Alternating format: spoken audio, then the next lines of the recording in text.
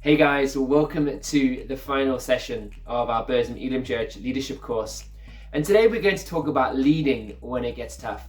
You know, leadership is great until it's not.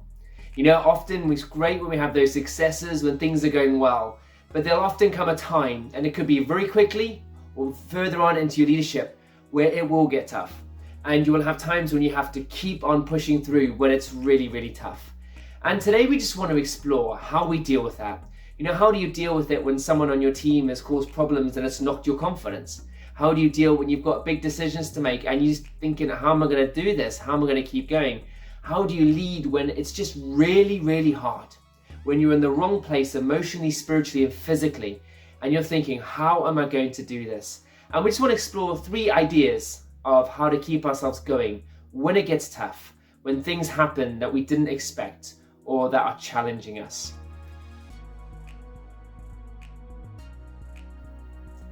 The first thing that I'd encourage you to do is to remember. You know, when things get really, really tough, it's good to remember when things were better. Okay, and it's good to remember when things weren't as bad as they are now. Now, the way I find this helpful doing it is I journal every day, whether it's good or bad. And I can see a journey through my leadership of when things have gone really well and things haven't gone as well. And I can see how God was with me when things weren't well in the past and how he brought me through. And I can also remember the good old days. Now, a problem is if we don't journal and write things down, often we can look back at the good old days with rose-tinted spectacles. And as it says in Ecclesiastes, don't look at the good old days because often they weren't as good as you remember. And so it's good to write down honestly as you are leading the good stuff and the bad stuff and being really honest about it, but write down when things are going well so you can look back on it and remember when things go tough, when things get really hard. And for me, that often keeps me going when I remember that things aren't always as bad as they are now. Because as humans, as much as we try and look at the big picture, we can very much live in the moment. And it can feel, we can look back, and as well as looking back with rose-tinted spectacles, we can also look back and think, oh my goodness, it's always been terrible, it's always been awful. And we can fail to remember the good times. So that's why remembering honestly how things were in the past when things weren't so tough is important. And the way to do that is write down now when things are going well, what's happening, and being really honest about it. But the next thing to remember is this, is to remember your calling and why you're doing what you're doing. You know, when things get really tough, often we forget why we're doing it. We forget why we're serving, why we're leading what we're leading. Everything seems really big. Everything seems bad. Everything's like, oh no, I never should have done this, and we question ourselves. But when we remember why we are doing it, when we remember how God has called us, when we remember the people that we are serving, when we're remembering the passion that we've got, it will drive us on. It wasn't long ago, I went through a bit of a really bad period a couple of years ago. And I remember actually remembering why I was doing it. And for a while I was thinking, why am I doing this? What's the point? And then God reminded me, actually took me to one of my journals. And I remember the words that were spoken over my life. It happened to be Angus Buchan from Shalom Ministries. And he had given me a couple of words over a couple of years over my life. And I wrote those down. And when I looked at those words and I remembered why I was doing what I was doing, or how God had called me, how God had given me prophetic words over my life, it kept me going. It reminded me of why I was doing what I was doing. And then for me, I looked out at the people I was leading and I thought, you know what, I love these guys so much. I can't give up. I need to keep going even when it's tough. Even though it's hard, I'm going to push through because I love the calling God has for me. I love God and I want to serve him. And also I love the people that God has given me to serve. And that's what really pushed me through, remembering how things were when they weren't so bad and when people weren't affecting me, and also remembering why I'm doing it, why God has called me.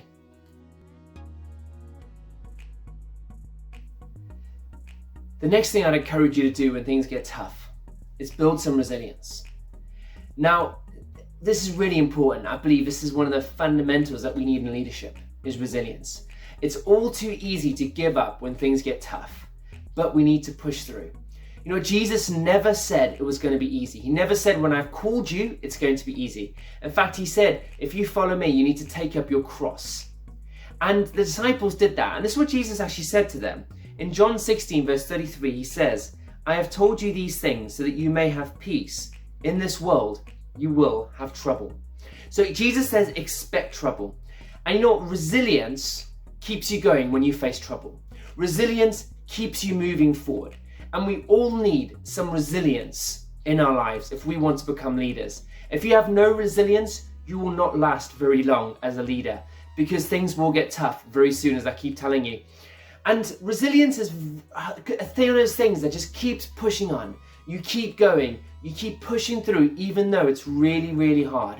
You know, for our children, my wife, she keeps telling me, as she's a teacher, for those who don't know, and she said she has too many kids who haven't got resilience, who give up in the classroom when they find things get tough.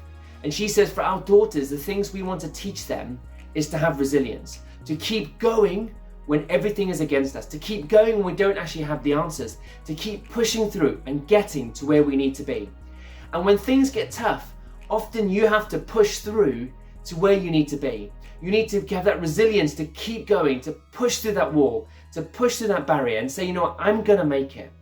Now, I just want to clarify, there's a difference between being resilient and keeping going to get to the other side, and to growing cynical and hard.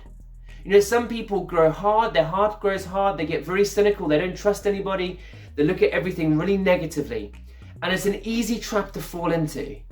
But we mustn't become cynical or hard. We must keep ourselves moldable by God, keep our hearts moldable so that God can use us. But at the same time, have that sheer doggedness to push through when we need to push through, and to keep going and saying, I'm going to make it. Hebrews 12 verse 1 says this, therefore, since we are surrounded by a great cloud of witnesses, let us lay aside every weight and sin which clings so closely, and let us run with endurance to the race that is set before us. And it's really hard to keep going. I know I do a lot of running, as you guys will know, and it's really tough sometimes to push yourself. And I went into a race earlier this year. It happens to be the only race I'm going to run this year because of COVID-19. But I ran it as a warm-up for what was supposed to be my marathon. And it was horrible weather, it was tough. I got there, I wasn't even sure the race was going to be on. It was during the flooding season, out by a reservoir up in the Derbyshire Dales. And I decided to go for it, I really went for it. And after about 5 miles, I discovered that this path, which I thought was going to be quite flat, was really, really hilly. And I paused for a minute, and I thought, I don't know, for the first race ever, if I'm actually going to make it to the end. And a guy came up behind me and he shouted, he said, don't you dare stop now.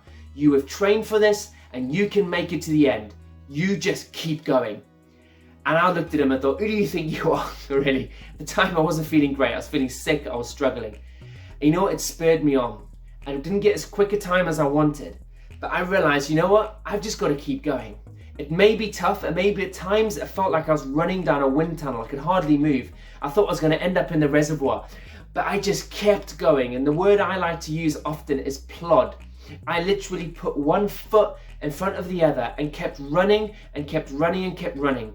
Eventually I made it to the end of the race. I worked out I was roughly in the same position that I've been in my other half marathons where I've done really, really well, because everyone else was finding it tough as well. It wasn't just me. And for that race, I had to dig in deep and say, Jim, you've just got to make it to the end, even though it's going to be tough. Even though you don't feel like going, you need to be resilient and you need to make it. And my thought was, if I can't make it to the end of this, what makes me think I'm going to make it to the end of the marathon? So I pushed and I got there and I was happy. And that medal, and when I got it, I thought, I'm not so bothered. Now I look at it and I say, Jim, that was the race that you pushed yourself harder than you've ever pushed yourself, even though it wasn't my quickest time. So you need to be resilient. And I came across, just preparing this morning, I read a passage from 2 Corinthians 4, and it says this. Paul says from verse 16 onwards, he says, therefore, do not lose heart. Though outwardly we are wasting away, yet inwardly we are being renewed day by day. For our light and momentary troubles are achieving us an eternal glory which far outweighs them. So we fix our eyes not on what is seen, but what is unseen. Since what is seen is temporary, but what is unseen is eternal. And guys, we need that resilience, as Paul was saying here, to fix our eyes on Jesus. To say, you know what, Jesus, it may be tough when I'm leading right now, but I'm going to make it to the end. I'm going to push through, and I'm going to keep going, and I'm going to be as resilient as I possibly can be, because I want to receive that crown from glory from you. I want to receive that award from you, and I'm going to push through. So number one, always remember the successes when things get tough. Remember the good days, remember why you're doing it. Number two, remember to be resilient. Resilience is the key during tough times. Just putting one foot in front of the other and keep moving forward. The final thing I just want to talk about today, there's many things I could share today, but the final thing I want to mention is when things get tough, you need rest. When things get tough, you need rest. And often when things get tough, you go into fight or flight mode and you sort of want to fight and push yourself through and do as much as you possibly can. But when things get tough, the thing you need to do is rest. Kerry Newhoff said this. He said 70% of discipleship is sleep. 70% of discipleship is sleep. And it's kind of true. You know, when we're tired, when we're fatigued, when things are against us, everything seems worse. That giant seems bigger in our life. And we keep pushing through, we keep thinking, I've got no time to rest. I need to keep going, I need to get through this. But it's in those times that we need rest more than ever before. You know, in the Bible, when Jesus was out ministry on earth, when he was talking and sharing with people, there was times he got tired and he went away and he rested. And if you look back at the episode where I talk about Jesus' leadership, rest was the key to Jesus' leadership. So often they were going, where's Jesus? Why can't we find him? And they couldn't find him because he was resting. If Jesus, God the Son, needed rest, you need rest too. And you can't underestimate the power of a good night's sleep. You can't underestimate the power of switching off from what you are leading and spending time thinking about something that you enjoy. Just ignoring it completely, spending time doing stuff that gives you energy, that energizes you, that you love doing. And a few years ago, I learned this whilst at Bible college. It was only something small. I was leading a team doing the sound technology at the college.